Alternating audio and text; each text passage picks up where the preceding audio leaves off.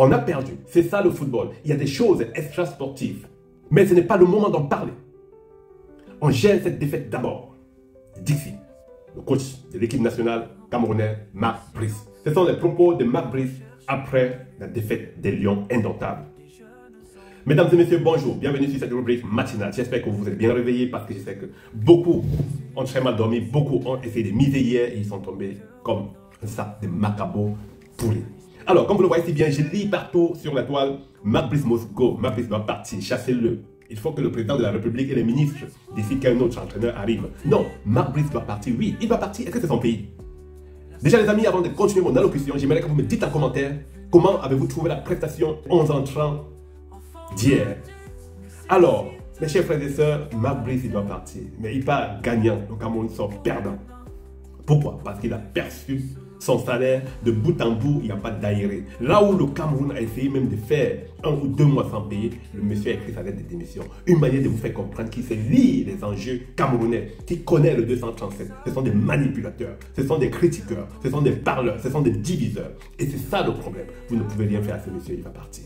Et le moment est venu. Il a annoncé encore le 2 septembre que la Chine a besoin de lui. Mes chers frères et sœurs, pour un entraîneur qui est encore en exercice avec une équipe nationale, devait d'abord finir son projet avec le Cameroun avant de regarder ailleurs. Mais vous remarquez que ce monsieur, il n'est plus avec nous depuis la nuit des temps.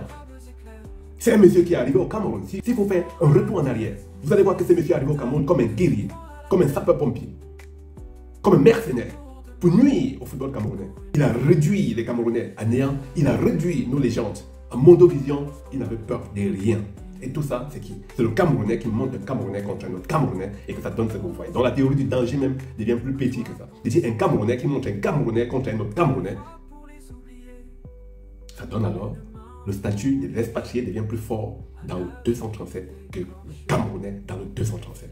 Et avec ce combat, avec cette méthode, ce monsieur a compris dès le départ que comme on l'a donné la possibilité de combattre Samuel Eto'o, il a le va-tout.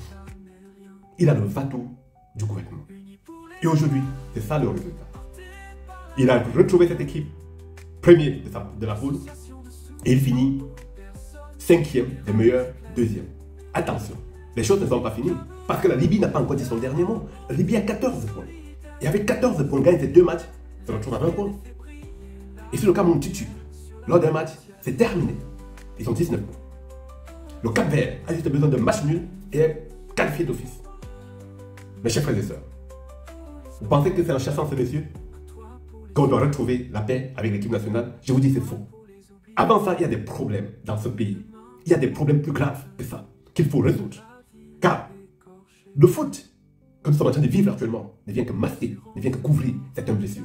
Il y a des personnes meurtries, il y a des personnes qui, quand ils se lèvent le matin, ils ne jurent que des pleurs. C'est-à-dire qu'ils pleurent matin, midi, soir dans ce pays. Et vous pensez que qu'est-ce qui peut marcher là-bas? Qu'est-ce qui peut marcher dans ce pays? Quand les gens se lèvent, il n'y a pas d'infrastructure, il n'y a pas de SMIC pour eux, il n'y a rien pour eux. Vous pensez qu'est-ce qui peut marcher? Et ces joueurs qui ne s'indignent pas pour le peuple qui se lève pour les acclamer, vous pensez que qu'est-ce qui peut marcher? Rien, ça ne peut pas marcher.